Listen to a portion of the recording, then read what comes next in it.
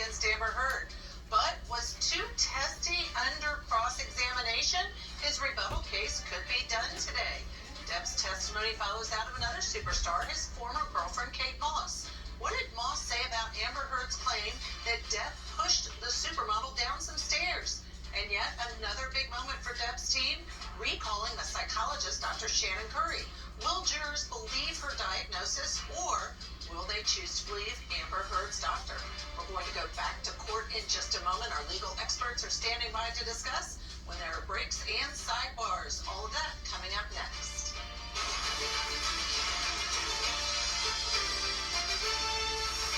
Welcome back to Court TV Live. I'm Judge Ashley Wilcott. Of course, my honor to be with you this afternoon. We are in day 22 of testimony in the dueling defamation cases of Johnny Depp and Amber Heard. Possibly today will be the final day of Depp's rebuttal case.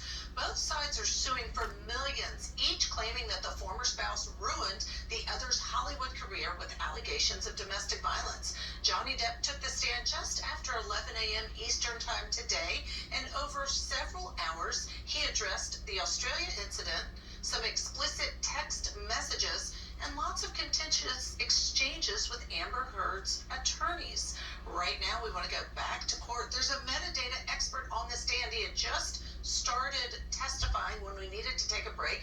Internet expert Brian Niemeister. You haven't missed any of the testimony. Let's go back. Basically anything with binary information.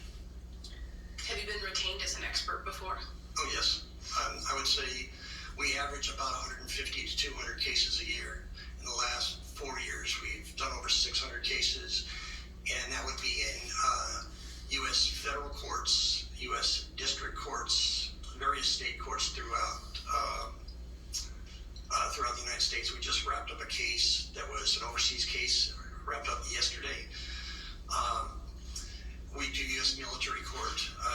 We have a case coming up in front of the U.S. Supreme Court, so it's really varied. I've done quite a few U.S. district court cases. Have you testified as an expert in digital forensics before? Yes, and what people sometimes don't understand is only about 2% of all cases go to trial. So 98% of the time, you're actually just doing the forensic work and getting it to the parties. And as we say, data is data. It really doesn't take a side. We don't have a narrative. So very often it's just providing the data for the attorneys to work with or the parties. Have you ever been excluded from testifying as an expert regarding any work that you performed? No, but you have to take into account that sometimes there might be curbs put on. For example, in this trial, there's certain boundaries. Or if you're working with a proper or with a attorney that is not very familiar with electronics. And the thing is, again, they teach Latin in law school, not binary. And binary is the universal language these days. So sometimes in the legal system, it's a little bit hard to explain to attorneys what exactly we're doing. So we try to break it down and make that work. What is digital forensics? Digital forensics is anything that you are using, like your television set, your cell phone, your computer, anything that runs off of binary information that has coding in it. How long have you worked in digital forensics?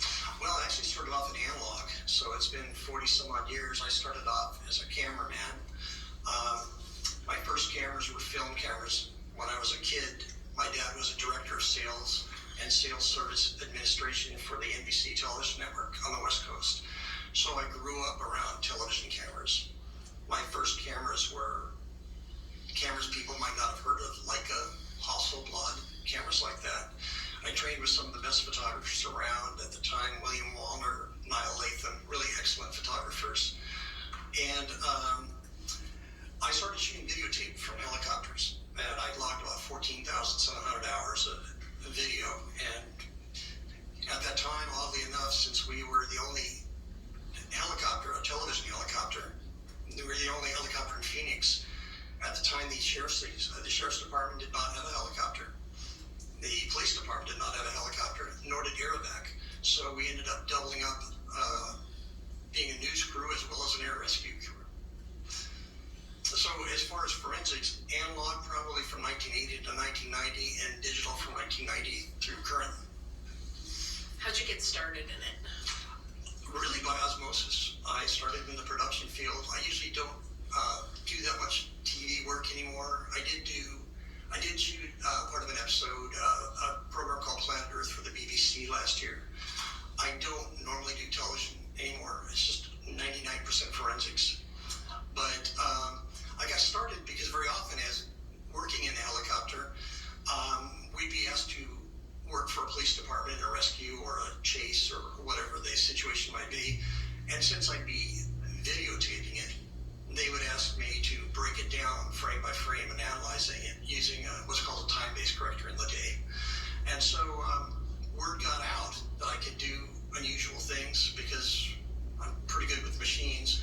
And it just ended up, more and more people started calling, and it just became a full-time job. Have you received any professional certifications in forensics? Yes, but again, most hackers and people who do interesting work don't have any certifications, because a certification is usually like a week-long course. I've been doing this stuff 42 years. My partner, Matt Erickson, he's actually Objection, Your Honor, to the partner is not testifying to these qualifications on relevance. Sustained objection. Yep. Mr. Newmeister, can you just describe which professional certifications you have received? for cell phones, Oxygen, which is a program similar to Silverite. But these are programs that are used by law enforcement and by private parties to extract data from cell phones that has been deleted, or which is critical in a lot of cases, deleted data, or just to what we call image a cell phone. In other words, get every bit of data that's possible on a cell phone. And again, every cell phone is different. The next would be in cell tower forensics. Are you a member of any professional associations in your field? Yes, the IEEE, which is the International Engineering Society, and the reason I belong to that is about 40% of the world's white papers on electronics are published through IEEE. So they have a huge database on anything from microwave technology to telephone transmission technology. Anything that I might work with, they might have a white paper on it. Also, with the Audio Engineering Society, AES, I'm a member of that. I lecture to AES. There's a few others, but again, they're just mainly to have a repository of information. Have you received any honors or awards? Yes, I've received about 80 honors and awards. I have, for videography, I've got a total of 12 Emmy Award statues, but I've been the principal in 39 Emmy Awards, which means I've written the music for the program, and the program has won the Emmy Award for music, but it was given to the production company, which happens a lot. I won for Best Editing. I won for Best Ace Editing, which is computer editing. Best Sound. I've done the music to a piece that won the Golden Lion at the Cannes Film Festival. I've done music to a piece that won the gold at the Calgary Film Festival. I've got a lot of awards from Associated Press and different companies for doing documentaries and news. Have you published any works in the field of digital forensics? Yes, and they're mostly articles, about a half dozen of them or so. We don't have much time, and I don't usually do it, but it was basically on most of my work deals around clarifying or authenticating. So it was basically the things I published were on clarification of digital files. Have you appeared on TV as an expert in digital forensics? Yes. Where? CBS, NBC, ABC, BBC, Discovery Channel, a number of different things. Any particular examples of things that you've spoken on TV about? Boston bombings, how the frame averaging was done on that, sort of things like that. Again, we get calls a lot, but I don't speak specifically about cases. I just speak about technology. Have you given any public lectures in the field of digital forensics?